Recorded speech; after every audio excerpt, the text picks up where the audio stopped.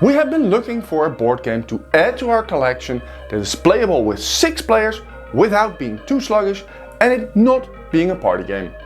My eyes were on Between Two Castles of Mad King Ludwig. That game obviously isn't in the App Store, but Castles of Mad King Ludwig is. I bought it for €8.50 in the Google Play Store. Is this a prelude to buying Between Two Castles, or was this a Mad King's mistake?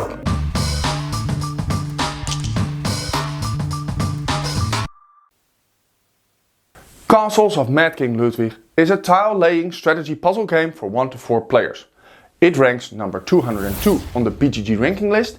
That is nothing to sneeze at, right?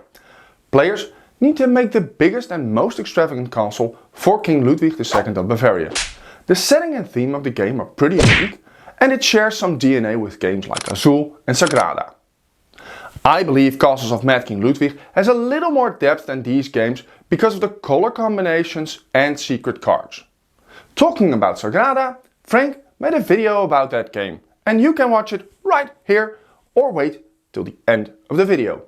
For a game that isn't a filler game and yet remains fairly light, I'll rate the Originality at a 7 out of 10.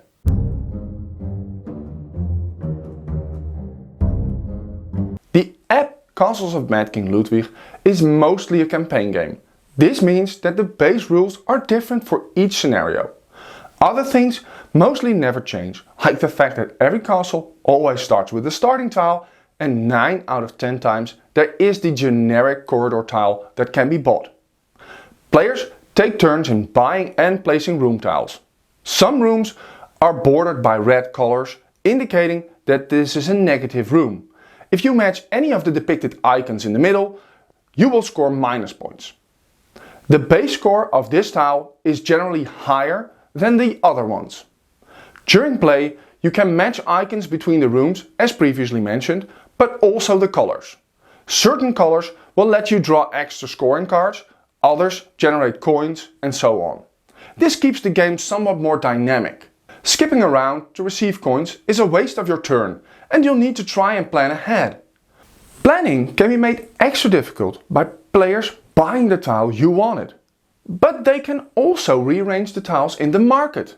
The tiles are placed in the brackets that indicate a cost. The last player this round has the ability to rearrange the tiles before the round starts.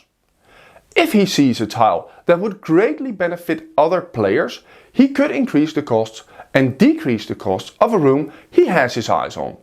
But not too low, because he'll be the last in line, and other players might easily pick up that cheap room.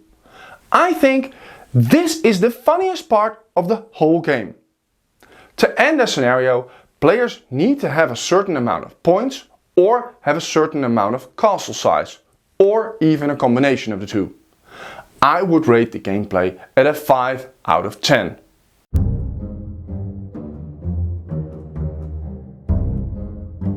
I played Castles of Mad King Ludwig on my phone and it worked fine. If you're playing on a tablet or any other device, your experience probably won't improve.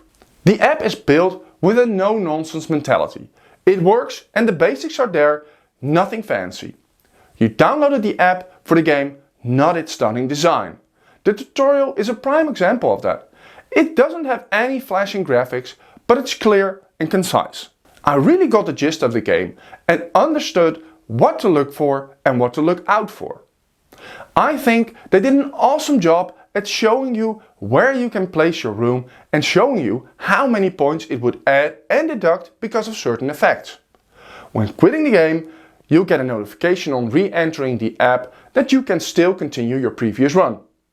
Because of this solid core, Castles of Mad King Ludwig scores a 7 out of 10 for the design.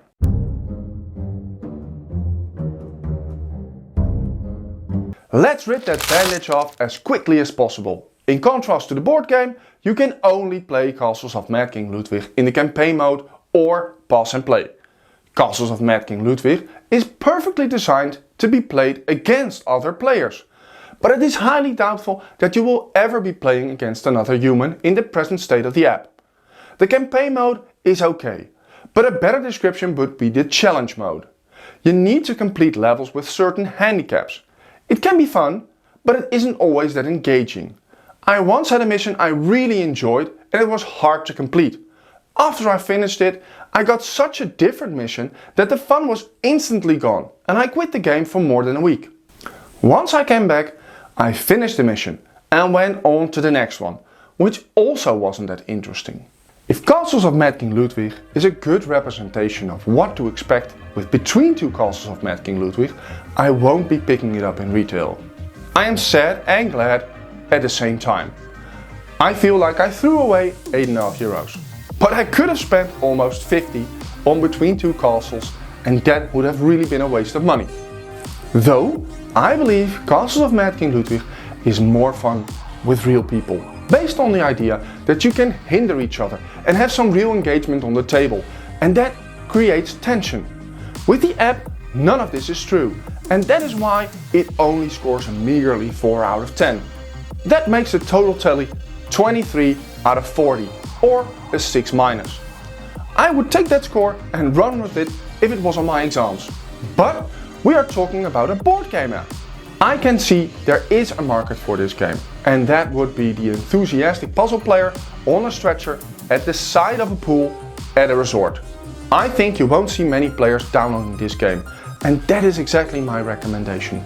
Don't download this app unless you know for certain it is for you. With this downer, I'll leave you to it. But I think you'll definitely enjoy Frank's video over here.